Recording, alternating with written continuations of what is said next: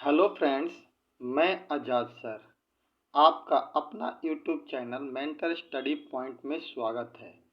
जैसा कि दोस्तों आप जानते हैं कि मैं आप लोगों को आपके अपने YouTube channel mentor study point के माध्यम से बीच बीच में जो भी दिल्ली पुलिस से रिलेटेड न्यू इन्फॉर्मेशन आने वाला होता है वो मैं आप लोगों को बताते रहता हूँ।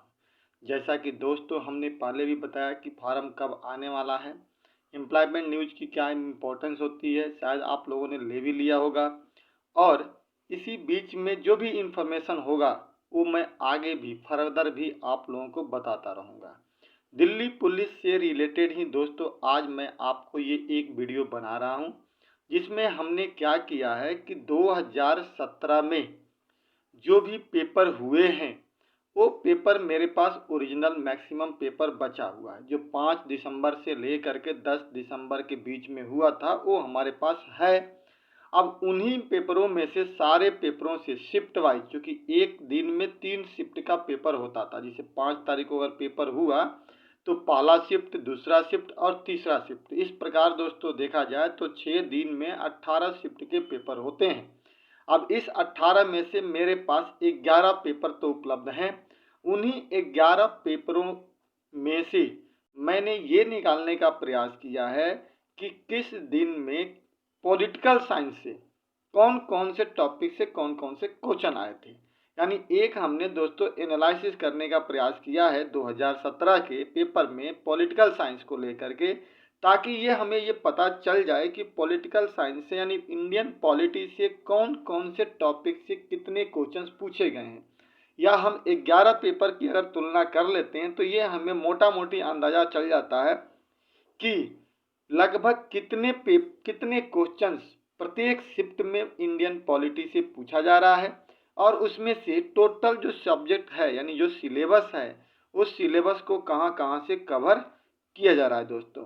इसलिए ये वीडियो में आप लोगों को इंडियन पॉलिटी यानी भारतीय राज व्यवस्था से जो भी प्रश्न पूछे गए हैं सारे शिफ्टों में, वो सारे शिफ्टों के क्वेश्चंस मैंने लिखा है और लिख करके एक एनालिसिस के माध्यम से बताऊंगा। और साथ ही साथ लास्ट में मैं वो भी बताने का प्रयास करूंगा कि कौन कौन से टॉपिक हैं जहां से क्वेश्चंस मैक्सिमम पूछे गए हैं, और उन टॉपिकों को हम कौन से बुक के माध्यम से अगर पढ़ते हैं तो हम उस सारे टॉपिक को कम समय में रिकवर कर पाएंगे, कवर कर पाएंगे, और अपना जो एग्ज़ाम देंगे उसमें से जो लगभग हर शिफ्ट में 4 से 5 क्वेश्चन पूछे गए हैं इंडियन पॉलिटी से, उसको हम बनाने में सफल हो जाएंगे दोस्तों। इसलिए दोस्तों आपसे एक रिक्वेस्ट है कि इस वीडियो को बिल्कुल अंत तक देखने का प्रयास कीजिएगा, ताकि आपको अंत तक ये पता चल जाए कि कौन से बुक से कहाँ से क्वेश्चन पूछे जा रहे हैं, वो भी मैंने बताने का प्रयास किया है। साथ ही साथ दोस्तों आपसे एक रिक्वेस्ट है कि जो भी नए व्यक्ति इस पेपर हमारे बीट चैनल के माध्यम से जुड़े हैं वो चैनल को सब्सक्राइब कर दें, और जो लोग देख रहे हैं इस वीडियो को उनसे एक रिक्वेस्ट है कि अपने दोस्तों के बीच में इस वीडियो को ज़्यादा से ज़्यादा वायरल करने का प्रयास करें, शेयर करें, ताकि जिस प्रकार से मैं आपके लिए मेहनत करके ये एनालिसिस तैयार किया हूँ पॉलिटिकल साइंस का टॉपिक वाइज, उसी प्रकार से वो बच्चे जो हमसे दूर हैं उनके पास तक भी ये वीडियो पहुँचे। तो आप दोस्तों ज़्यादा से ज़्यादा इसको शेयर करने का प्रयास कीजिएगा, वायरल करने का प्रयास कीजिएगा। अगर ये वीडियो अच्छा आपको लगता है तो दोस्तों अंत में निश्चित तौर पे एक लाइक और सब्सक्राइब और शेयर तो बनता ही है, और कमेंट जरूर कीजिएगा कि कैसा लगा। अगर आपका कमेंट पॉजिटिव रहा और मेरे लिए सकारात्मक रहा तो इसी तरह से इंडियन पॉलिटी की तरह ही मैं आप लोगों को इंडियन ज्योग्राफी का भी और साथ ही साथ हिस्ट्री का भी एनालिसिस करके मैं बता दूंगा, और बायोलॉजी का भी कि क्वेश्चन किस टॉपिक से कितने क्वेश्चन पूछे गए हैं। तो आपकी तैयारी के लिए दिल्ली पुलिस में बहुत ही आसान हो जाएगा दोस्तों। इसी को कहते हैं हम रणनीति, यानी एक हमारा स्ट्रेची होनी चाहिए, कैसा हमारा रणनीति हो उसके हिसाब से हम तैयारी करें। ठीक है दोस्तों, तो अगर आपको वीडियो अच्छा लगे तो जम करके लाइक करना दोस्तों, और कमेंट जरूर करना आप लोग। चलिए आगे हम लोग बात करते हैं। जैसे कि हमने इसमें बताया है कि पेपर एनालिसिस 2017 का है, इंडियन पॉलिटी भारतीय राज्य व्यवस्था। 5 दिसंबर यानी पहला शिफ्ट का ये पेपर है, जिसमें दोस्तों 5 क्वेश्चन पूछे गए हैं इंडियन पॉलिटी से। तो एक दोस्तों मैं आपको ऑन एन एवरेज 11 पेपर का एनालिसिस करके मैं बता रहा हूं कि 4 से 5 क्वेश्चन पूछा गया है हर शिफ्ट में इंडियन पॉलिटी का।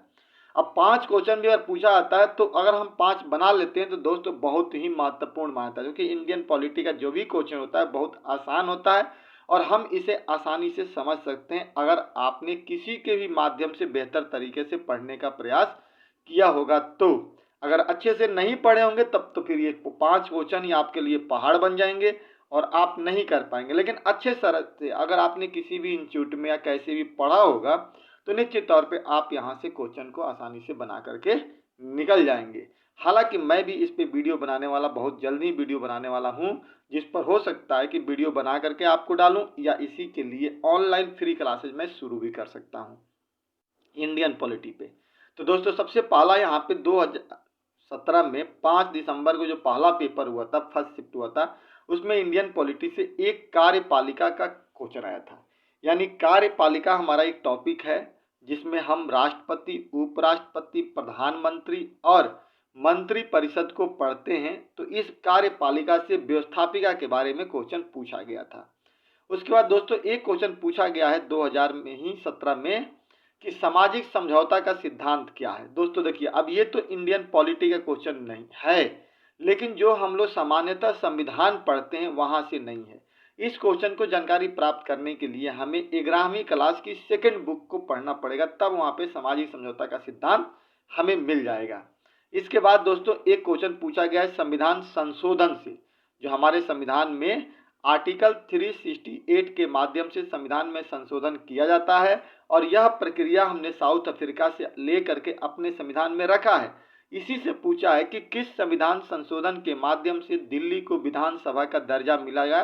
69 दोस्तों मैं आपको एक एक एनालिसिस कर दूंगा, इसी के माध्यम से आपको ये भी पता चल जाएगा कि जिस दिन भी अगर मैं ऑनलाइन क्लासेज पॉलिटी की शुरू करता हूँ तो क्या मैं आपको पढ़ाने में सक्षम हूँ या नहीं हूँ। अब दोस्तों चौथा क्वेश्चन पूछा गया है आर्टिकल 368 से, वहां भी पूछ दिया गया है। यानी संविधान संशोधन से 2 क्वेश्चन यहाँ पे पूछा गया है। उसके बाद राष्ट्रपति का क्वेश्चन था दोस्तों, लेकिन ये राष्ट्रपति का क्वेश्चन जो है वो करंट अफेयर से जोड़ करके पूछा गया है कि रामनाथ कोविंद जो हमारे देश के राष्ट्रपति हैं, वो राष्ट्रपति बनने से पहले किस राज्य के राज्यपाल थे। तो हम सभी लोग जानते हैं, पढ़े भी हैं कि बिहार के राज्यपाल थे। तो यानी राज्यपाल से क्वेश्चन करंट अफेयर को राष्ट्रपति से जोड़ करके पूछ दिया है। तो इस प्रकार पहले शिफ्ट में टोटल 5 क्वेश्चन पूछा है दोस्तों, ठीक है। अब देखिए दूसरा शिफ्ट का 2 क्वेश्चन हमारे पास पेपर नहीं था, तो 5 ही दिसंबर में हम लोग थर्ड शिफ्ट के पेपर की बात करते हैं कि यहाँ पे कितने क्वेश्चन पूछे गए हैं दोस्तों। एक मोटा मोटी एनालिसिस में निकल जाएगा। अब देखिए दोस्तों यहाँ से लोकतंत्र से पूछा गया टाइप्स ऑफ सरकार के बारे में। अब देखिए दोस्तों ये तो हमें इंडियन पॉलिटी में नहीं मिलता है, इसके लिए हमें लोकतंत्र जो है वो 9th क्लास की किताब आती है, उसमें लोकतंत्र के बारे में बहुत अच्छी तरह से समझा रखा है। 11th 9th क्लास की और 10th क्लास की 2 बुकों में दिया है, लेकिन वो बुक भी हमें पढ़ेंगे। अगर आप पढ़ना चाहते हैं तो पढ़ेंगे, लेकिन हम उस बुक में सारे टॉपिक नहीं पढ़ेंगे, जो टॉपिक से क्वेश्चन उठाया गया है उस टॉपिक को पढ़ेंगे। तो लोकतंत्र है जिसमें टाइप्स ऑफ सरकार की बात की गई है कि कई प्रकार के सरकारें होती हैं। जैसे अगर हम बात करें तो सरकार की बात करें तो दोस्तों एक राजतंत्रात्मक सरकार भी होता है, लोकतांत्रिक सरकार भी होता है, तानाशाही भी होता है। तो कई प्रकार के होते हैं, इसके बारे में वहां बताया गया है 9th और 10th क्लास की बुक में। अब दोस्तों एक मौलिक अधिकार से क्वेश्चन पूछा गया है, यानी फंडामेंटल राइट से क्वेश्चन पूछा गया है, ये हमारे लिए बहुत महत्वपूर्ण होता है।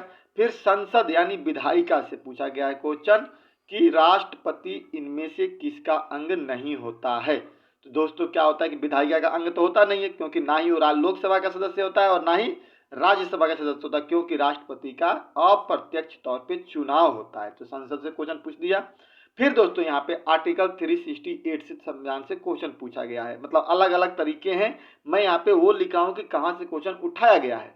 यानी अभी तक आपने देखा कि आर्टिकल 368 यानी संविधान संशोधन से क्वेश्चन पूछे जा रहे हैं, तो हमें जो जो इम्पोर्टेंट संविधान संशोधन है उसको हमें याद करना पड़ेगा। फिर दोस्तों अब हम चलते हैं 6 दिसंबर का फर्स्ट शिफ्ट में। हमने 5 दिसंबर के 2 पेपर का डिस्कस कर लिया। अब आता है राष्ट्रीय ध्वज की तीलियां पूछा गया है कितने में है।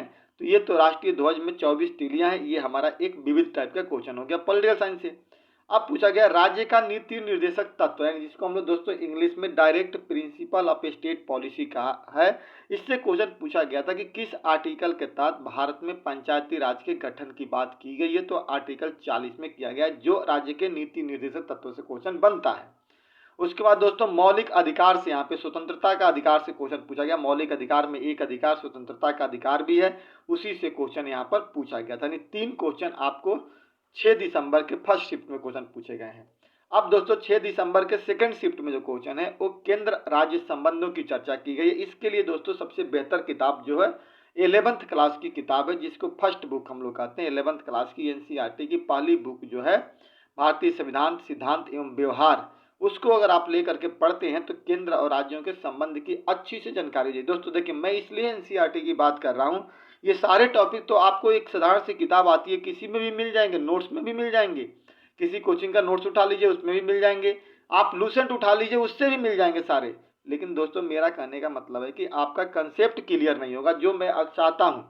अब जरूरी नहीं है कि अगर इसने एक क्वेश्चन पूछ दिया है तो वही हमेशा पूछेगा। अगर हमारा कंसेप्ट क्लियर है तो उससे रिलेटेड कुछ भी क्वेश्चन पूछता है तो दोस्तों हम बताने में सफल हो जाते हैं। तो केंद्र राज्य संबंध को अगर अच्छी तरह से पढ़ना है तो 11th क्लास की बुक को पढ़िएगा, उसमें दिया हुआ है। अब दोस्तों यहाँ पे संसद से क्वेश्चन पूछा गया है, विधायिका से धन विधेयक के बारे में 110 जो आर्टिकल है उसके लेकर के।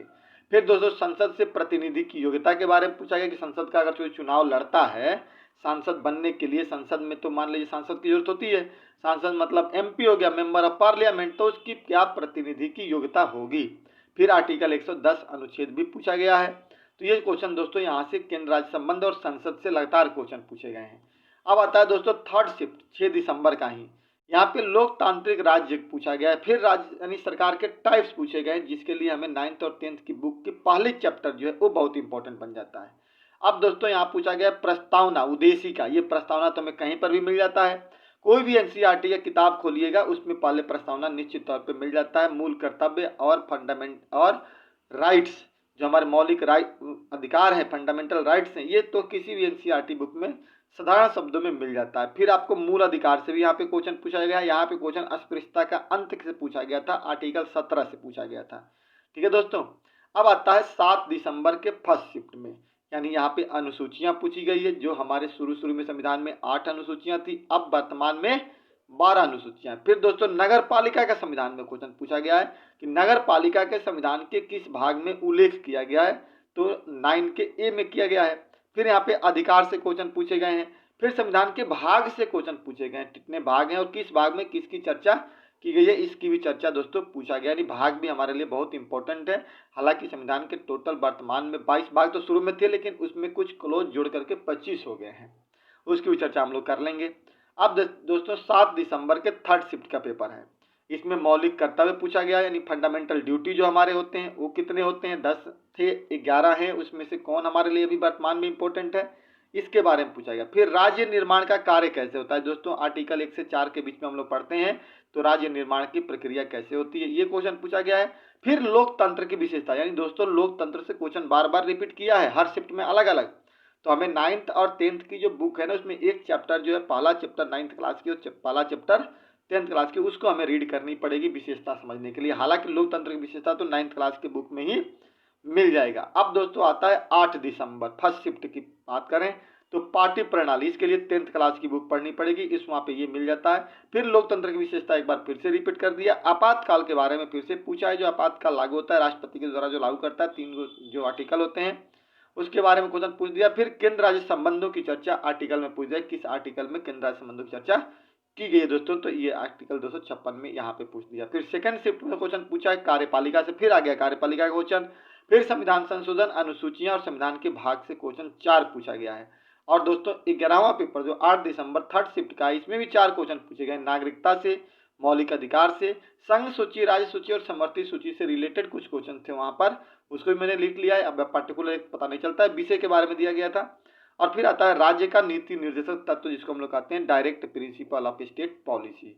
तो दोस्तों इस प्रकार से अगर हमने 11 पेपर के एनालिसिस किया पॉलिटिकल साइंस का, तो ये हमें निकल करके आया कि प्रत्येक शिफ्ट में कम से कम 4 क्वेश्चन तो निश्चित तौर पे पूछा गया है। हर बार 4 क्वेश्चन पूछे गए हैं। आप इसमें पूरा देख सकते हैं ऊपर नीचे करके कि 4 क्वेश्चन दोस्तों हर बार पूछा गया है। कहीं कहीं पे 3 क्वेश्चन है, अदरवाइज 4 क्वेश्चन तो पूछे गए हैं और सारे के सारे टॉपिक आपको सामने यहाँ पे दिख गया। और इस सारे टॉपिक को अगर हम एक जगह कलेक्ट करने की बात करें तो दोस्तों हमने भी आपको एक जगह पे कलेक्ट करने का प्रयास किया। यहाँ पे अब देखिए, यहाँ पे इंडियन पॉलिटी, भारतीय राज्य व्यवस्था का पूरा हमने सिलेबस लिख दिया है कि दोस्तों अगर आप दिल्ली पुलिस के साथ साथ अदर चीज़ों की भी तैयारी करते हैं तो इंडियन पॉलिटी में इतना सिलेबस पढ़ना पड़ता है, इससे बाहर सिलेबस नहीं होता। ये SSC, BPSC, CPO, railway, DSSB, DP,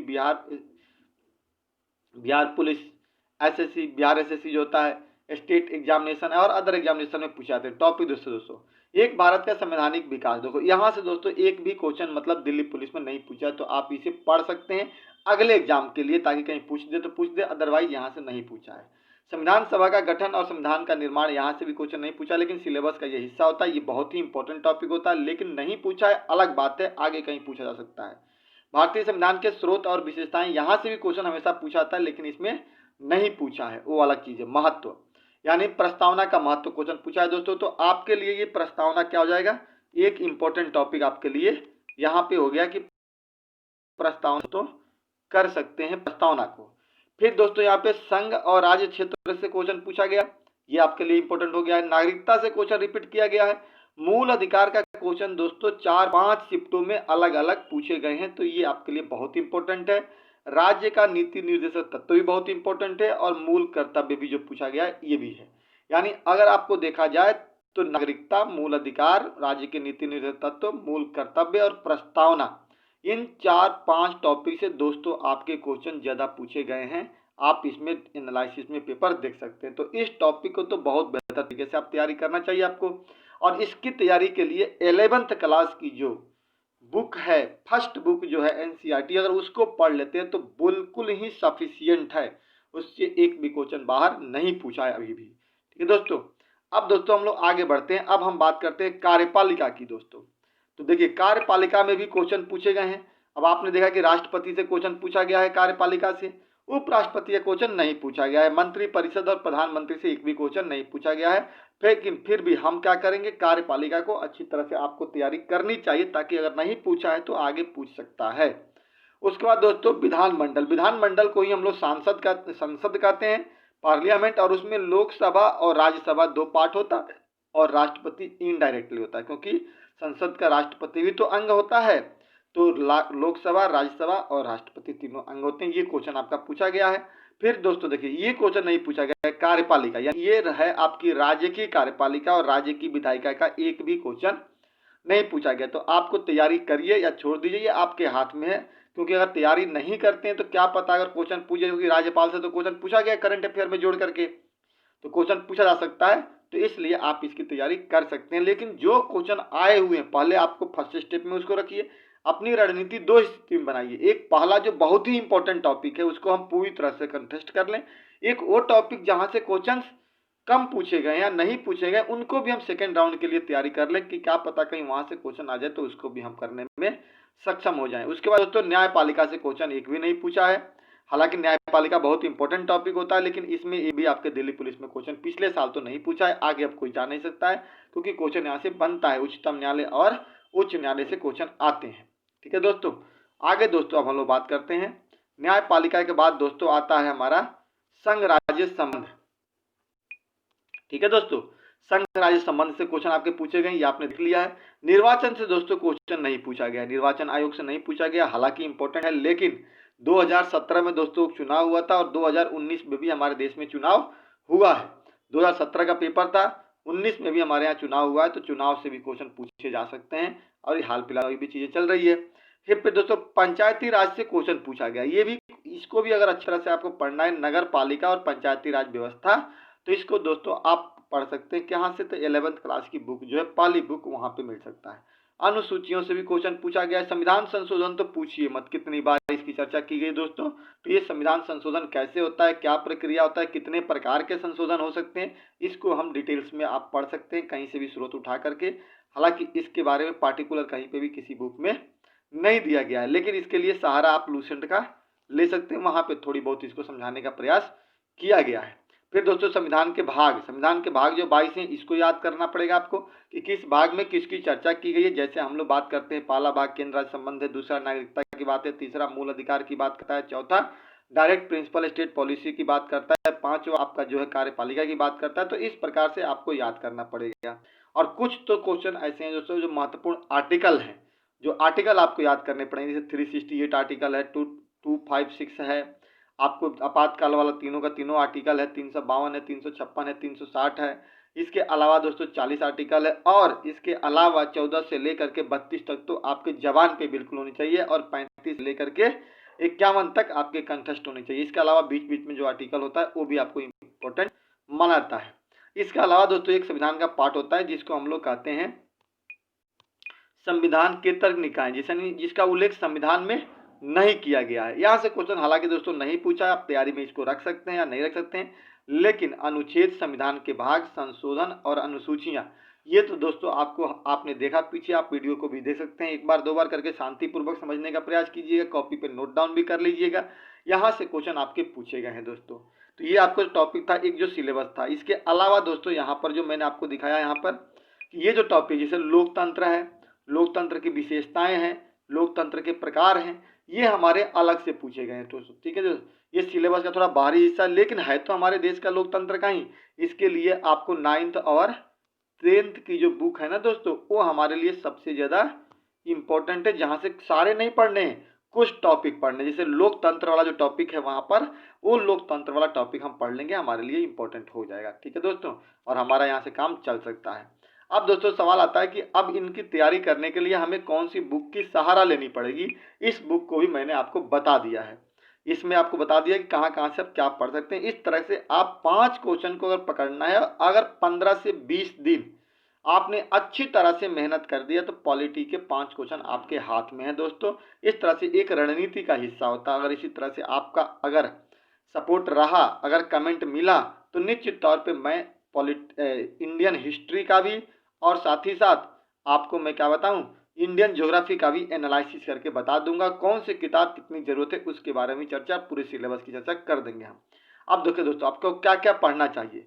तो सबसे पहली बात है दोस्तों कि अगर आप हमसे संपर्क करते हैं और मेरा क्लास नोट्स जो होता है, जो मैंने नोट्स बना रखा है, देखिए ऊपर जो मैंने सिलेबस बताया है, उसी सिलेबस के अकॉर्डिंग मैंने टोटली अपना पार्ट्स तैयार किया है दोस्तों। मेरे पास जो पढ़ाने का तरीका है, जितना ऊपर आपको हमने दिया है उतना मैं सारा चीज़ अपनी पॉलिटी में पढ़ाता हूँ।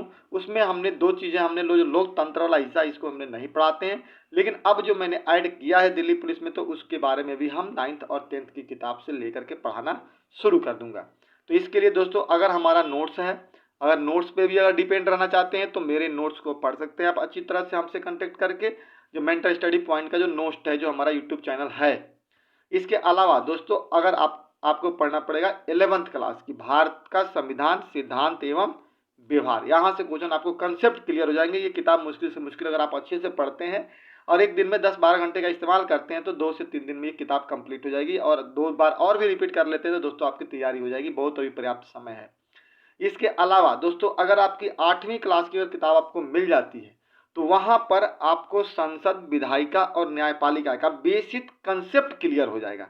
हालांकि इसको आपको 11th क्लास की फर्स्ट बुक में भी चर्चा मिला है, लेकिन अगर छोटी सी कंसेप्ट क्लियर करना चाहते हैं तो आप 8th क्लास की NCERT की जो बुक आती है, सामाजिक राजनीतिक विज्ञान, इसको आप दोस्तों पढ़ करके आप बेसिक कंसेप्ट क्लियर कर सकते हैं लोकतंत्र के बारे में, और आप महत्वपूर्ण चीज़ें यहाँ से 11th की ले सकते हैं। इसके अलावा दोस्तों 9th और 10th की जो बुक है, इसमें से आप लोकतंत्र का पहला जो चैप्टर है ना, वो आप पढ़ करके अच्छी तरह से समझ सकते हैं। पहला दूसरा जो चैप्टर है उसको पढ़ करके अपनी तैयारी कर सकते हैं। नई बुक लेने के पास है, किसी के पास बुक है, लेके पहला दूसरा चैप्टर को फोटोकॉपी करा लीजिए, उसको लेके पढ़ लीजिए। तरीके तो दोस्तों बहुत सारे होते हैं पढ़ने का, बस आपको पढ़ने का मन करना चाहिए और टारगेट आपके दिमाग में होनी चाहिए कि मुझे दिल्ली पुलिस निकालना है, तो उसके लिए मेहनत करना है। अगर 15 से 20 दिन दोस्तों अगर अच्छी से मेहनत कर देते हैं गाइडलाइन के साथ, तो पॉलिटी आपकी तैयार हो जाती है। इसके लिए बहुत कुछ पढ़ने की जरूरत नहीं है, सिंपल क्वेश्चन है, सिंपल तरीके से पूछे जाते हैं। इसके अलावा दोस्तों आपके जितने भी आर्टिकल हैं, बहुत ही कम किताबों में आर्टिकल वाइज चीज़ों को पढ़ाया जाता है या आर्टिकल के बारे में बताए जाते हैं। तो इसके लिए एक किताब आती है बेयर एक्ट करके। हालांकि मैं सारे आर्टिकल आपको इंपॉर्टेंस किसी न किसी वीडियो में बता दूंगा मैं, लेकिन एक बुक आता है बेयर एक्ट, जिसमें संविधान को दिया गया है संविधान, और बिल्कुल हर आर्टिकल के बारे में चर्चा की गई। तो उसमें से जो इम्पोर्टेंट आर्टिकल है और जो भाग महत्वपूर्ण है उसको आप चयन कर सकते हैं, आप लिख सकते हैं और लिख करके बेयर एक्ट को हटा सकते हैं। आपके मैटर जो हो जाएगा कंक्लूड हो जाएगा, बिल्कुल कम हो जाएगा। और फिर इतने सारे चीज़ों को दोस्तों अपने पास तैयार कर लीजिए रणनीति के साथ, और 15 दिन लग जाइए पूरी अच्छी तरह से पढ़ करके। उसके बाद जो क्वेश्चन आए हुए हैं पिछले सालों का उसको बनाने का प्रयास कीजिए। देखिए दोस्तों 100% आपका बनेगा। ये होता है दोस्तों तैयारी करने की एक रणनीति, जो पेपर निकालने के लिए वैसे तो मार्केट में बहुत लोग पढ़ रहे हैं, बहुत लोग तैयारी कर रहे हैं, लेकिन पास तो कोई ना कोई होता है दोस्तों। अब आप देख लीजिए दिल्ली पुलिस के लगभग 6000 यानी 5846 सीटें जो निकली हुई है, इसके लिए मिनिमम 5 लाख लोग फार्म भरेंगे, मिनिमम। मैक्सिमम तो 10 लाख से भी ऊपर हो सकते हैं कांस्टेबल के लिए। अब 5 लाख लोगों में से आपको सिलेक्शन लेना है, उसमें से एक सीट लेना है आपको जितनी दी गई है। अब इसके लिए दोस्तों तो सब कोई तो पढ़ाई करेगा ही, लेकिन उसमें भी आप एक बेहतर रणनीति के साथ अगर तैयारी करते हैं, बेहतर रणनीति के साथ प्लानिंग करते हैं, और आप टॉपिक वाइज चीज़ों को अच्छी तरह से अध्ययन कर लेते हैं कि कहाँ कहाँ से किस प्रकार से क्वेश्चन पूछा गया है, तो 11-12 पेपर का एनालिसिस करने के बाद दोस्तों अंदाज़ा निकल जाता है कि आगे क्या होने वाला है। ये भी मैं आपको अपना अनुभव 10 साल का करा रहा हूँ। मैं संत नगर में मेंटर के नाम से कोचिंग चलाता था, जो किसी व्यक्तिगत कारणों से मैंने उसे बंद कर रखा है। ठीक है दोस्तों, बहुत सारे बुराड़ी के जब सारे लोग मुझे जानते होंगे कि आजाद सर जीएस कैसा पढ़ाते हैं, और निश्चित तौर पे मेंटर का सिलेक्शन होता है। पिछली बार भी हमने सिलेक्शन दिया था दिल्ली पुलिस में, और हाईएस्ट स्कोर भी मेरा 89 था एक स्टूडेंट का। तो इस प्रकार से दोस्तों जो कि सिलेक्शन की प्रक्रिया होती है उसके लिए एक रणनीति का काम होता है, और उस रणनीति के अंतर्गत आप काम करते हैं तो निश्चित तौर पर दोस्तों आपको सफल। मैं उम्मीद करता हूं कि आपको ये वीडियो बहुत अच्छा लगेगा, और निश्चित तौर पे अगर वीडियो आपको अच्छा लगा तो दोस्तों जम करके लाइक करना, शेयर करना, ज़्यादा से ज़्यादा अपने दोस्तों के बीच में वीडियो को वायरल करने का प्रयास करना, ताकि ये जानकारी उन बच्चों के पास भी पहुंच जाए जो लॉकडाउन की स्थिति में अपने दूर दराज गाँव में भी बैठ करके तैयारी कर रहे हैं, दिल्ली में नहीं आ सकते या किसी कारण से दिल्ली छोड़ करके गाँव चले गए, तो उनके पास भी ये वीडियो पहुंच जाए। दोस्तों आपसे मेरा यही रिक्वेस्ट है कि ज़्यादा से ज़्यादा इसको शेयर कीजिएगा अपने दोस्तों के बीच में जो दिल्ली पुलिस की तैयारी कर रहे हैं, और ज़्यादा से ज़्यादा इसको आगे बढ़ाने का प्रयास करना। इसी के साथ ही दोस्तों मैं वीडियो को इन करता हूं। अगर आपका कमेंट पॉजिटिव रहा और अच्छा कमेंट मिला तो मैं इंडियन ज्योग्राफी और इंडियन हिस्ट्री को भी इसी तरह से एनालिसिस करके बताऊंगा, अगर आपका पॉजिटिव रिस्पॉन्स मेरे प्रति रहा तो। ठीक है दोस्तों, जय हिंद, जय भारत।